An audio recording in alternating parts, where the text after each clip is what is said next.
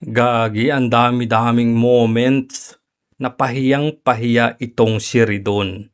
Lalong-lalo na yung mga banat ni Rufus Rodriguez sa kanya.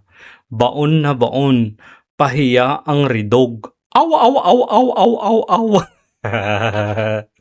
Pakinggan natin muna ito ha. Papakita tayo ng dalawa kung paano pahiyang-pahiya itong si Ridon. Marami pero dalawa lang. Para hindi naman masyadong masakit. Play. Record. Meron pong sulat yung mga abogado ni Vice President Sara Duterte na wala naman po ata talaga din silang interest at this point na dumalo either ang pangalawang pangulo o yung mga abogado po mismo. And I will read it. Teka. Ba't ka umiiyak dyan? Karapatan naman nila na hindi dumalo o dumalo. By choice naman sila. Hindi sa pilitan. Kayo na mismong nagsabi, hindi sa pilitan kung dadalo sila o hindi. Kaya nga imbitasyon eh. 'Di ba? May choice. Pero bakit umiiyak kayo na hindi dadalo? Invitation 'yon. Ang imbitasyon, pwede mong pagbigyan, pwede mong tanggihan. Aw, aw, aw, aw, aw. Ridog ka talaga. Bangag nga ni. O, tuloy. It for the record. Madam Is, Chair, we are still on our ground rules.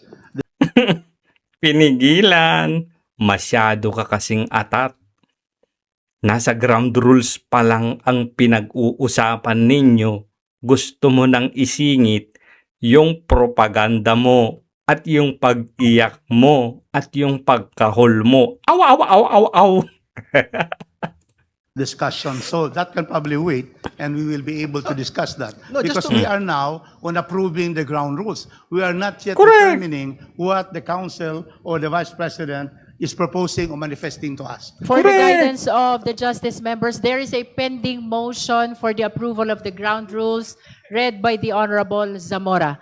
Perhaps we will be proceeding to the letter sent by the lawyers of the respondent after we address the motion for the approval of the ground rules. Oh, maliwanag na yan. Huwag ka na sumingit para hindi ka masyadong mapahiya at hindi masyadong atat ka. Yes, Madam Chair, but Abat sisingit pa talaga. Sinabihan ka na nga ng chair. Yung chair na may utang kay Bibi Sara.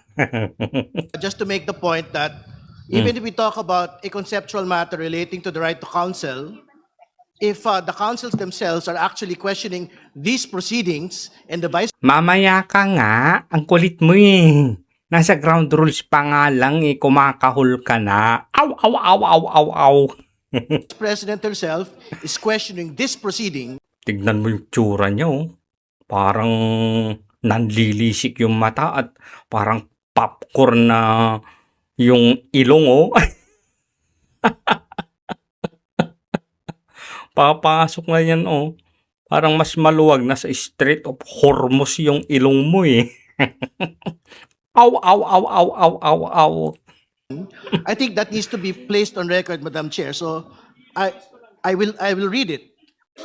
For two Narvasas and Salazar, Talagang ipagpipilitan niya no.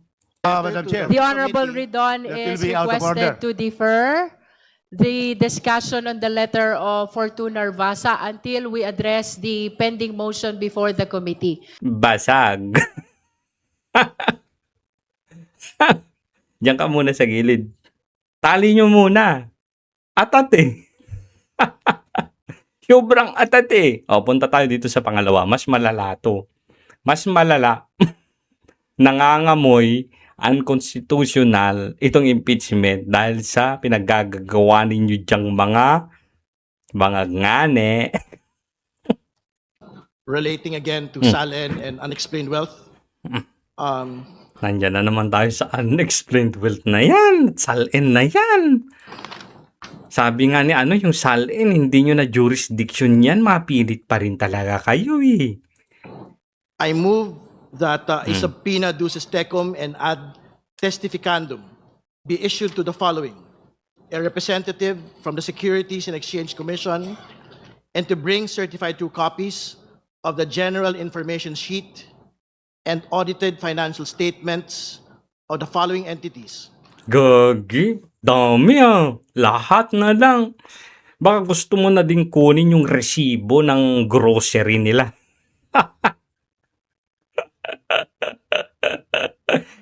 Yung mga ano, baka gusto mo na rin kunin yung account ni BP Sara sa Lazada at Shopee.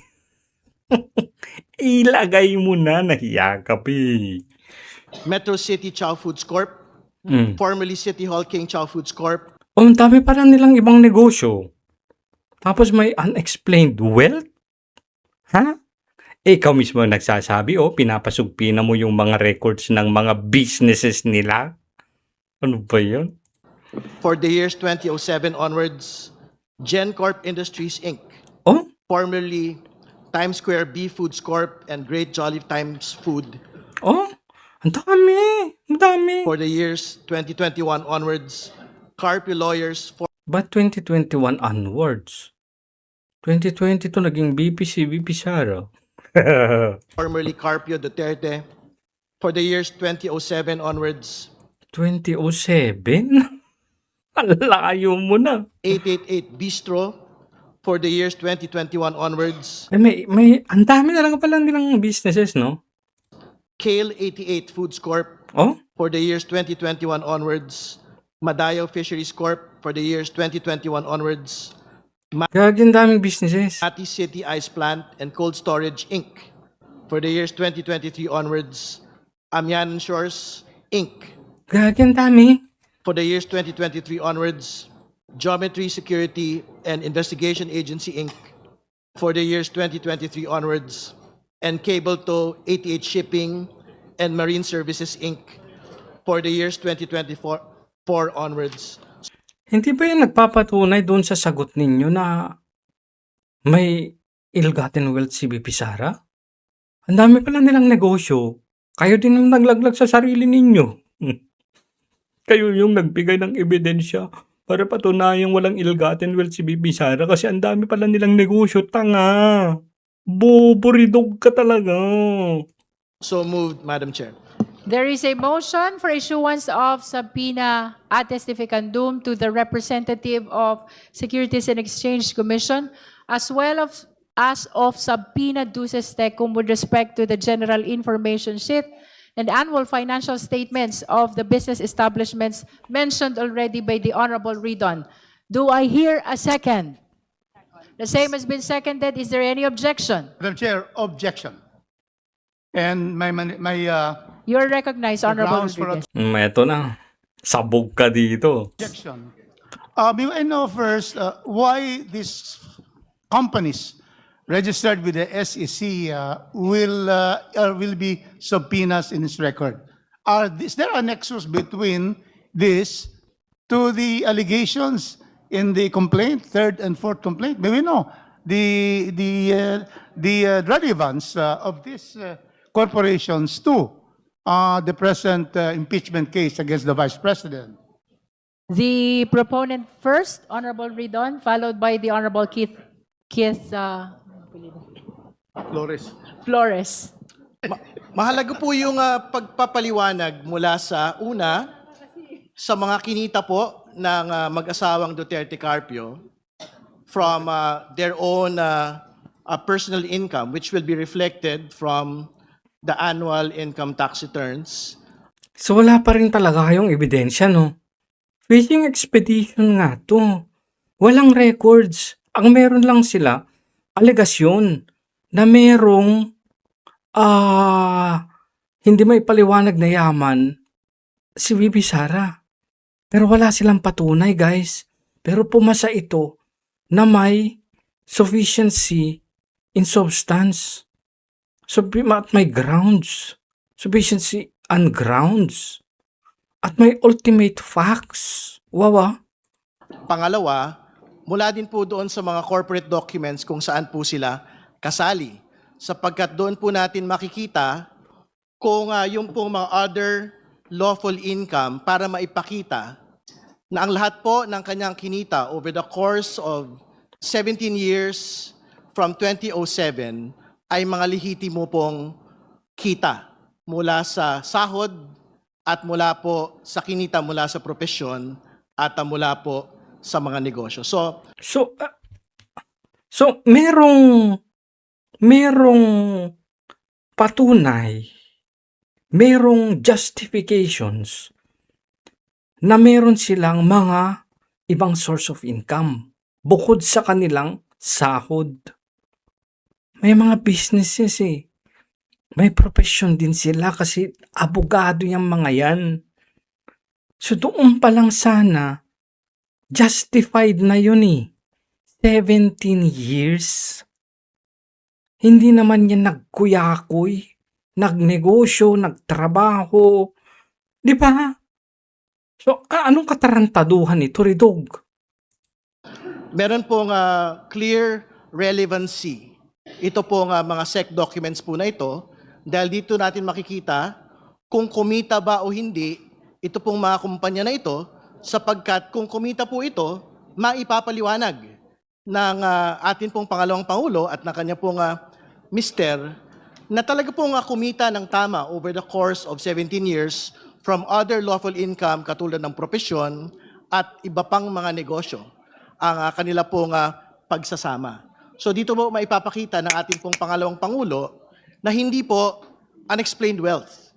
Ito po kanyang pagkakaroon ng 88 million na net worth in 2024 kumpara po sa kanya pong kinita na cumulatively sahod from 2007 to 2024 na more or less mga 30 million to 40 million pesos lamang po, Madam Chair. The Honorable Flor. So, cumulative na mga 30. Ang galing naman ni Ridog no magkwenta. Wala pa nga kayong mga documents pero may computation ka na. Anong basehan mong haka-haka? Wala to. Nangangamoy unconstitutional na naman to. Flores. Thank you, Madam Chair. Madam Chair, I'm joining the objection of Congressman Rufus Rodriguez only on Okay, tamo na. Hindi lang si Rufus ang nag-aano eh. Kasi walang connection to. Nandun ba sa reklamo? Naka-attach ba sa reklamo itong mga to? Wala. Fishing expedition nga. Gusto nilang buksan yung gusto nilang mga buksan para magkalap ng ebidensya. What the hell? Dapat doon kayo sa specific. Kunwari, sinabi mo, ill-gotten wealth ito, 3 million. Saan galing yung 3 million? Yung bahay mo sa ganito, saan galing yun? Hindi ba dapat ganun? Baliktad kasi ang nangyayari dito eh. Ako sa muna bago ebidensya. Hindi kayo natuto dun sa unang impeachment na sinabi ng Korte Suprema na unconstitutional ito? And you know, yan na naman ang sinasabi ng mga abogado ni BP Sara kanina sa press con nila. Na una, hindi nila kinikilala yung jurisdiction ng committee na to. Pangalawa, unconstitutional yung ginagawa nila. Bakit? Kasi ginagamit nila yung kapangyarihan nila para mangalkal ng mga dokumento. Mangalkal ng mga ebidensyang po pwede nilang gamitin doon sa kanilang kanilang mga aligasyon. Sabi ng mga abogado ni BP Sara, tanging sa Senado lamang po pwedeng mag-issue ng mga subpina ng mga bank records, ng kung anong mga dokumento na kailangan nila. At hindi dito sa committee na to. Yan ang pinaninindigan nila. Ano ba naman kasi ang magagawa natin? Ganyan naman talaga mag-isip tong mga to. Kasi gusto nilang kumuha ng ikasisira ni BP Sara. Which is, wala na namang due process dito. Kasi ginagamit nila yung kapangyarihan nila para puwersahin yung ebidensya na mapasa kamay nila kahit na wala naman silang karapatan na gawin yon. At least yun yung explanation na naintindihan ko doon sa press con kanina ng mga abogado ni BP Sara. Ano ba kasi ang aasahan natin sa mga ito? Bangag nga ni.